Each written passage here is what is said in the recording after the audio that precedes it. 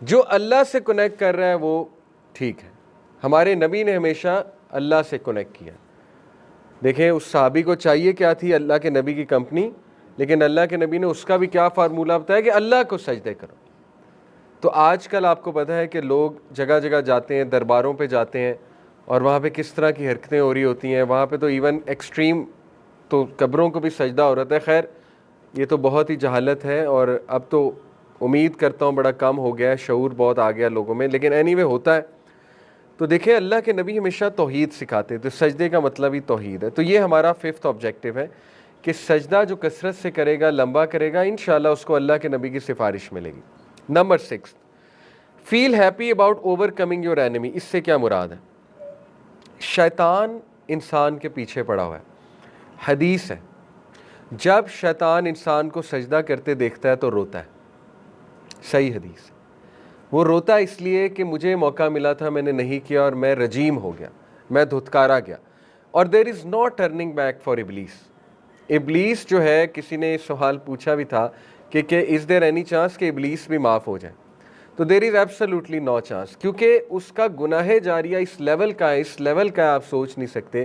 تو وہ ڈومڈ ہے. اور ابلیس کا مطلب بھی ہوتا ہے کہ مایوس کن, وہ ٹوٹلی مایوس ہے.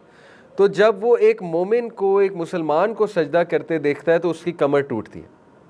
تو یہ امام احمد بن حنبل نے یہ پوائنٹ بتایا تھا کہ اس لیے جب بھی تم سجدہ کرو تو تمہیں خوشی ہونی چاہیے کہ تم شیطان کو ہرا رہے ہو. وہ تمہیں روک رہا ہے سجدے سے, لیکن تم کر رہے ہو تو you are successful, you are victorious. جب تم نماز پڑھو اور جب تم سجدہ کرو تو وکٹری تمہاری ہے, کیونکہ شیطان کے خلاف تم نے جنگ جیت لی ہے, لیکن یہ جنگ جاری رہے گی. Number 7, feeling a sense of self owner.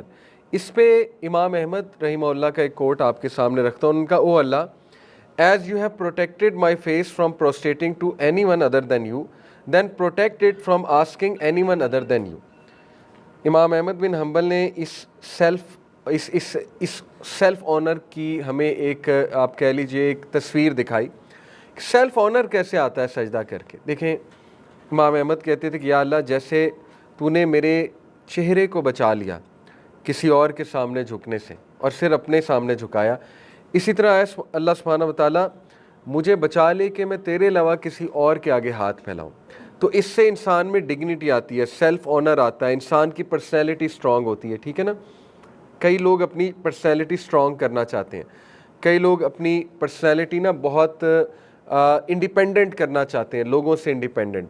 تو اس کا بہترین حل ہے کثرت سے سجدہ. اس کا بہترین حل ہے سجدے میں اللہ سے کنیکٹ کرنا اور صرف اللہ سے مانگنا, صرف اللہ سے مانگنا. یہ وہ ابو ذر غفاری کا ایک واقعہ آتا ہے. ابو ذر غفاری رضی اللہ تعالیٰ عنہ, وہ ہمیشہ اپنا کام خود کرتے تھے, اور اتنا ان کا تقویٰ اور توکل تھا کہ یہاں تک کسی کو آج تک یہ بھی نہیں کہا مجھے پانی پلا دو, حالانکہ اس میں کوئی حرج نہیں ہے. یہ کیا وجہ تھی؟ کیونکہ ابو ذر غفاری کہتے ہیں کہ مجھے نبی صلی اللہ علیہ وسلم نے ایک بار کہا کہ ابو ذر, جو مانگ اللہ سے مانگ اور کسی سے نہ مانگ, اسی میں تیری عزت ہے, اسی میں تیرا سیلف آنر ہے. تو صحابہ کی یہ تربیت تھی. تو اینی وے سجدے سے انسان کی یہ پرسنالٹی سٹرونگ بن سکتی ہے کہ وہ لوگوں کے آگے ہاتھ کم پھیلائیں اور صرف اللہ سبحانہ تعالیٰ پہ جو ہے وہ ریلائنٹ ہو. یہ صحیح مسلم کی حدیث میں آپ کے سامنے رکھتا ہوں. ابلیس جب بھی سجدہ کرتے دیکھتا ہے کسی کو, کہتا ہے وہ ٹو می, تباہی ہے میرے لیے. The son of Adam was commanded to prostrate and he prostrated, so for him is paradise. وہ پچھتاتا ہے کہ اس کے لیے جنت ہے. And I was commanded to prostrate but I refused and for me is hell fire. تو وہ یہ باقاعدہ الفاظ کہتا ہے. ٹھیک ہے. تو اس کا مطلب ہے آپ اپنے دشمن کو ہرا رہے ہو باقاعدہ. آپ کچھ حدیث کوئکلی دیکھ لیتے ہیں. دیکھیں سجدہ نبی صلی اللہ علیہ وسلم کی فیوریٹ پوزیشن تھی.